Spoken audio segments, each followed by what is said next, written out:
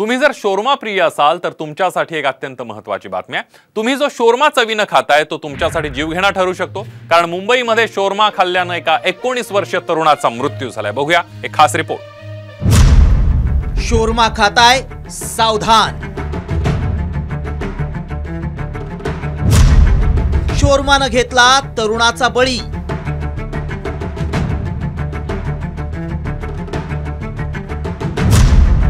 शोरमा खाल तर जीवाला मुकाल।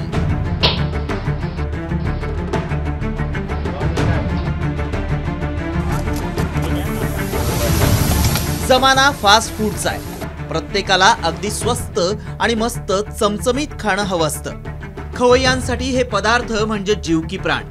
अलीकडच्या काळात चायनीज खाद्यपदार्थांसोबत शोरमाचीही चलती वाढली आहे। हा शोरमा तुमच्या पोटाची भूक तर भागवेल, मात्र तुमचा जीवही धोक्यात घालेल। हे आम्ही अशासाठी सांगतोय कारण हाच शोरमा खाल्ल्यानं मुंबईत एका 19 वर्षीय तरुणाचा मृत्यू झालाय। प्रथमेश भोगसे असं या तरुणाचं नाव आहे। प्रथमेशनं रस्त्यावरच्या एका स्टॉलवर चिकन शोरमा खाल्ला। त्यानंतर त्याला पोटदुखी, उलट्या आणि जुलाबाचा त्रास झाला। दुसऱ्या दिवशी हा त्रास इतका वाढला की त्याला उपचारासाठी केईएम रुग्णालयात दाखल करावं लागलं, मात्र तिथंच त्याचा मृत्यू झाला। या प्रकरणी पोलिसांनी शोरमा विक्रेता आनंद कांबळे आणि मोहम्मद अहमद रजा या दोघांना अटक केली आहे। जे शोरमा विकणारे आणि तयार करणारे होते असे दोघं इसम आम्ही ताब्यात घेतले। काल त्यांना आम्ही ताब्यात घेऊन 10 तारखेपर्यंत त्यांची पोलीस कस्टडी रिमांड मिळालेली आहे। यामध्ये आणखी इतर पण काही इसमांना त्रास झाल्याबाबत समजून आलंय। आम्ही त्याबाबत शोध घेत आहोत। बाहेरचे आणि उघड्यावरचे पदार्थ खाणं हे धोकादायक असतं आणि त्यातही उन्हाळ्याच्या दिवसामध्ये, आणि सध्याचा जो तप्त उन्हाळा आहे की सतत 40 अंशाच्या वर टेम्परेचर आहे, याच्यामध्ये ठराविक प्रकारचे रोगजंतू खूप मोठ्या प्रमाणात वाढतात आणि त्यामुळे फूड पॉयझनिंग होतं। रस्त्यावरचे अन्नपदार्थ खाल्ल्यानं मृत्यू होण्याची ही पहिलीच घटना नाही।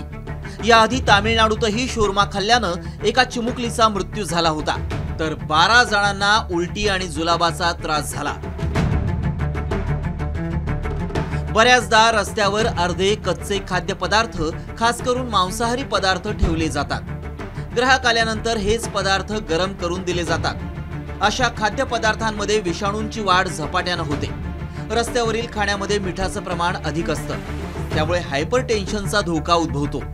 याशिवाय अजिनोमोटो, केमिकलयुक्त रंगांमुळे अतिरक्तदाब, मधुमेह किंवा किडनी विकार होऊ शकतात। जंक फूडमुळे तरुणाईत लठ्ठपणा वाढण्याचं प्रमाण सर्वाधिक आहे। हे काय स्टॉल लावून देतात, वरतून काम चालू आहे आणि खाली तुम्ही धंदा लावताय, खालून ते पडत नसेल का त्याच्यामध्ये? तेल खराब आहे, तुम्ही कोणचे यूज करताय, मसाले कोणचे खराब आहे, तुम्ही त्याच्यावर डेट आहे का? लहान लेकरांनी मागितलं तर आई बापाला द्यावाच लागतं। रस्त्यावरचे खाद्यपदार्थ स्वस्त असतात, त्यामुळं ते खाण्याकडे लोकांचा कल जास्त असतो। मात्र पैसे वाचवण्याच्या नादात आजार विकत घेऊ नका। उघड्यावरचं खाणं टाळा, नाहीतर तुमचा जीवही जाऊ शकतो। सचिन गाड, साम टीव्ही, मुंबई।